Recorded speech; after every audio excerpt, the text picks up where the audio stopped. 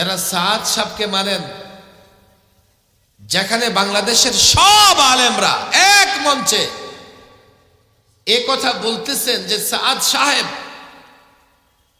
তার ভেতরে অসংখ্য ভুল আছে, এরপরেও দেখেন কিছু ভাইয়েরা আমার বাংলাদেশ থেকে বাংলাদেশে বসে বাংলাদেশের আলেমদের পেছনে একতেদা না করে দিল্লির সাদ সাহেবের পেছনে একতেদা করে। কথা ঠিক না বেঠিক? আরে দাওয়াত ও তাবলীগের কাজ সাদ সাহেব চলে গেলে, মরে গেলে দাওয়াত ও তাবলীগের কাজ থাকবে না, শেষ হয়ে যাবে। আজকে তারা বলতেছে কি যে একজন আমির লাগে, আমির ছাড়া তো কাজ হয় না। তো সাদ সাহেব আমির হওয়ার আগে দীর্ঘদিন তো দাওয়াত ও তাবলীগের কাজে কেউ আমির ছিল না। দীর্ঘদিন একটা গ্যাপ ছিল যেখানে শুরাই নিজাম ছিল। তো তখন তো তোমরা আমিরের কথা বলো নাই, এখন বলতেছো আমির ছাড়া কাজ হবে না। ঠিক আছে, আমির মানো, কিন্তু আমির সাদ সাহেব হতে হবে কেন? আলমী শুরা, আন্তর্জাতিক আলেমদের হাতে দায়িত্ব ছেড়ে দাও।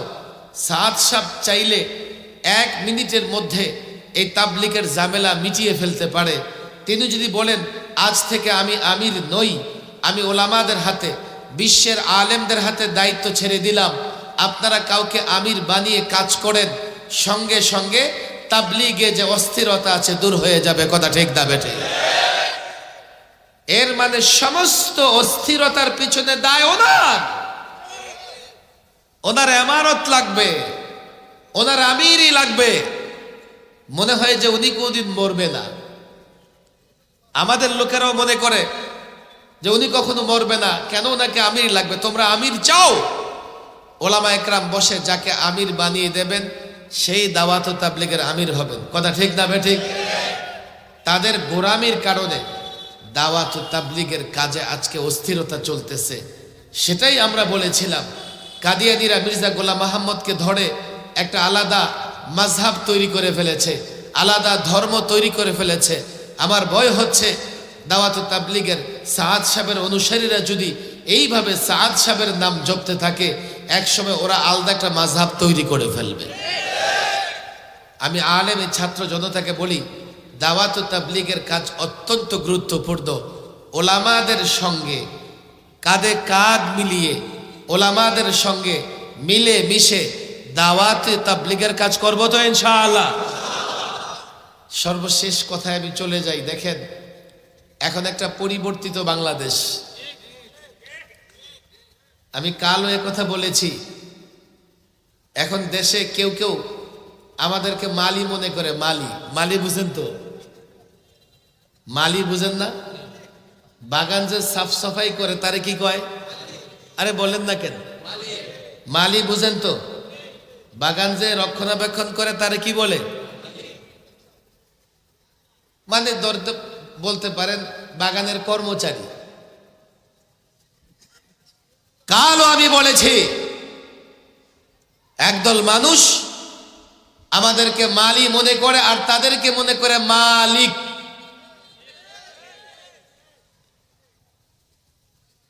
16 বৎসর টর্চার সহ্য করেছে ওলামায়ে কেরাম, তারা মালি, আর 16 দিনে ওনারা মালিক হয়ে গেছেন।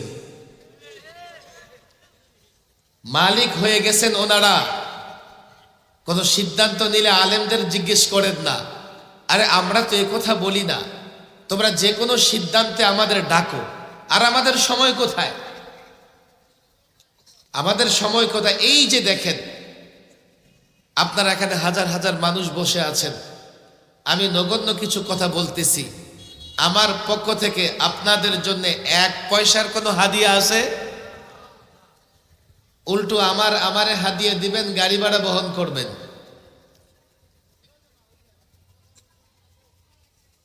আমি এই কথাই বলতে চেয়েছি, দেশের জনগণ আমাদের উপর আস্থা বিশ্বাস রাখে। আর তোমরা কোথাও যাও, লক্ষ টাকা দিয়েও 1000 মানুষ জমায়েত করতে পারবে না।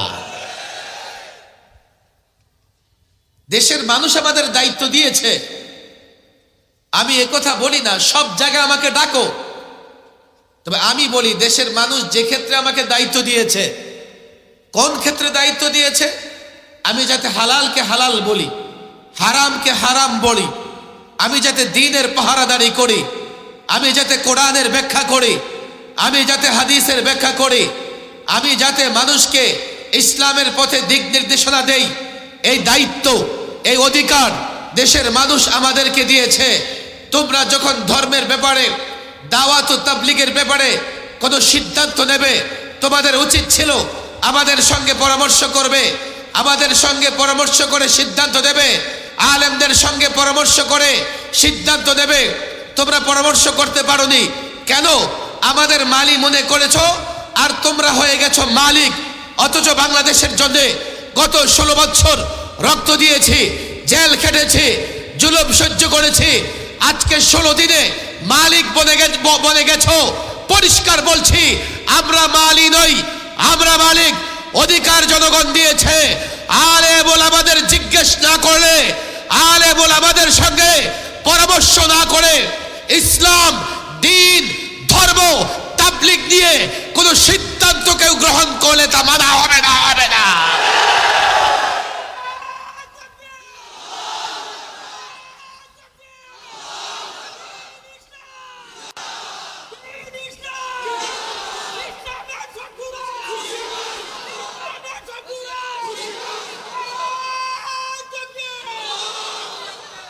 আমি শিক্ষা ব্যবস্থা নিয়ে কথা বলেছি, অনেক কথা।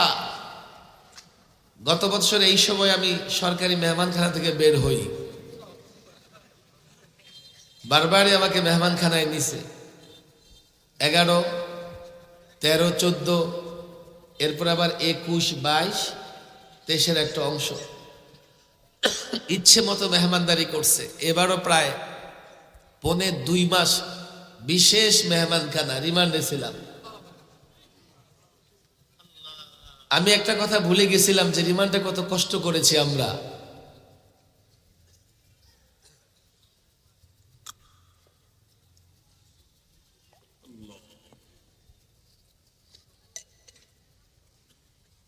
রিমান্ড চলাকালীন শুধু গায়ের কাপড় নিয়ে রিমান্ডের রুমটাতে থাকতে হতো। এখন আপনি সারাদিন বসে থাকলেন, ওদের রিমান্ডে নানা প্রশ্নের জবাব দিলেন, একটা সময় তো আপনাকে বিশ্রাম করতে হবে। ফ্লোরের মধ্যে আপনি শুয়ে গেলেন, কিন্তু মাথার নিচে কি দিবেন? পানির বোতল, পানি খাওয়ার জন্য যে বোতল দিত, সে পানির বোতল মাথার নিচে দিয়ে প্রায় 1.5-2 মাস ঘুমাইছি। একটা সময় দেখতাম যে এই যে পানির বোতলের মধ্যে একটু ঢেউ ঢেউ আছে, এটা মাথার মধ্যে ঢেউ ঢেউ হয়ে যেত। 2600 আলেম, মাদ্রাসার ছাত্র, টুপি দাড়িওয়ালা, 21 থেকে 23 পর্যন্ত 3টা বছর জেল খেটেছে। তাদেরকে কাশিমপুর হাই সিকিউরিটি জেলে, ফাঁসির সেলে 24 ঘন্টা তালাবদ্ধ করে রাখত। দুনিয়ার কেউ দেখে নাই আলেমদের কান্না। আলেম যখন রাত 12টার পরে তাহাজ্জুদে দাঁড়ায় যাইত, হাই সিকিউরিটির এক একটা কামরা থেকে কান্নার আওয়াজ আসতো। কেউ কেরাত পড়তেছে, কান্না করতেছে, কেউ রুকুতে আছে, কান্না করতেছে, কেউ সেজদায় পড়ে কান্না করতেছে। তারা মনে করেছে আলেমদেরকে জনগণ থেকে বিচ্ছিন্ন করে দেব। ওরা মাঠে গেলে নানা রকমের কথা বলে, জনগণ তাদের কথা শোনে, জনগণ তাদের কথায় উত্তেজিত হয়, ওদেরকে বন্দি করে রাখো, জনগণ আর তাদের কথা শুনবে না।